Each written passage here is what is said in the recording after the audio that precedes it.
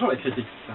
Alors aujourd'hui je vais vous présenter ce qui est sans doute mon plus gros coup de cœur depuis le début de l'année. Bon c'est vrai j'en ai eu quelques-uns, j'ai eu Hystérésis de Loïc Le Borgne en science-fiction.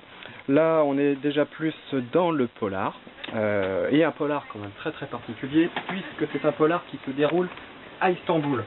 C'est vrai qu'on n'a pas trop l'habitude de rencontrer ce genre de livres qui se passe dans d'autres pays européens. Voilà, on a plutôt l'habitude des États-Unis, etc. ou de la France. Mais celui-ci est vraiment atypique en plus. Donc déjà, il est écrit par un Turc. Il se passe en Turquie, à Istanbul.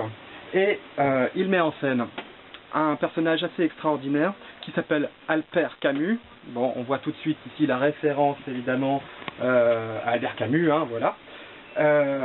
Alper Camus a cette originalité qu'il a 5 ans. C'est un enquêteur de 5 ans qui est un petit peu plus évolué que ses camarades et donc forcément il a un petit problème, c'est qu'il s'ennuie énormément. Donc par exemple il nous raconte son passage à la maternelle mais qui est juste à mourir de rire parce qu'évidemment il est plus intelligent que ses camarades. Donc il s'ennuie, on l'oblige à faire des siestes et évidemment lui il regarde le plafond pendant des heures, il s'ennuie. Et donc forcément, il va lui falloir un changement dans sa vie, et ce changement va arriver par l'intermédiaire d'un meurtre. Il va y avoir un assassinat, et Alper Camus, ni une ni deux, va endosser son impair de détective, enfin si on peut le dire comme ça, et son pistolet à eau, et il va sillonner les rues d'Istanbul à la recherche du meurtrier. Alors, vous allez vraiment passer un super moment parce que c'est un roman mais qui est vraiment très drôle.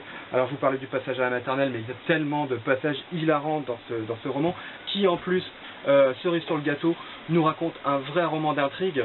Donc vous allez passer aussi un super moment avec, vous allez vous demander évidemment le fin mot de l'histoire, mais vraiment un ouvrage atypique.